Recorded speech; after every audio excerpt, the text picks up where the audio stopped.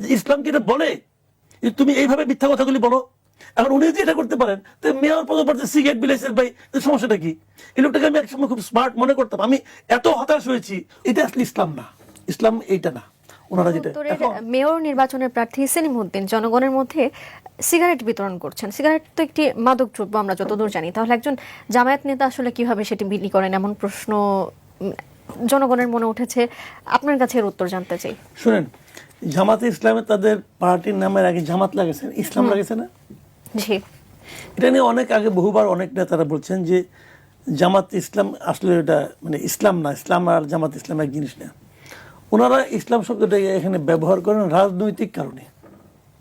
আচ্ছা, ওনাদের রাজনৈতিক একটা মানে আপনার বৈশিষ্ট্য হিসেবে তারা ব্যবহার করেন ইসলামটাকে। যে কিছু ইসলাম পছন্দ কিছু লোক আছে, তাদের ভোটটা পাওয়ার জন্য, তাদের সমর্থনটা পাওয়ার জন্য তারা ইসলামটা ব্যবহার করে।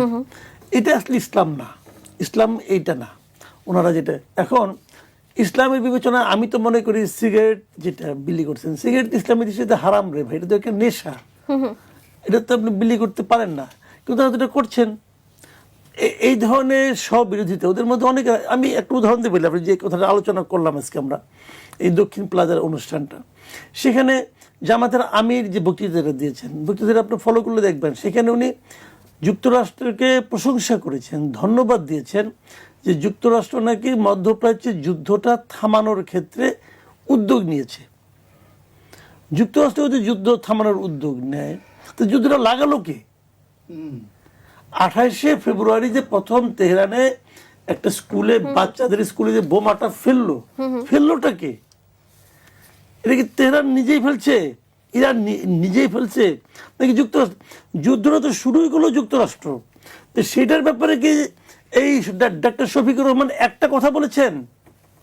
এবং এই যে নির্বিচারে গাজা এতগুলি মুসলমানকে মারা হলো, এটা নিয়ে কি যুক্তরাষ্ট্রের একটু সমালোচনা ডাক্তার শফিকুর রহমান করেছেন? এখন উনি প্রশংসা করছেন যে যুক্তরাষ্ট্র নাকি যুদ্ধ বিরতি করতেছে, থামানোর চেষ্টা করতেছে।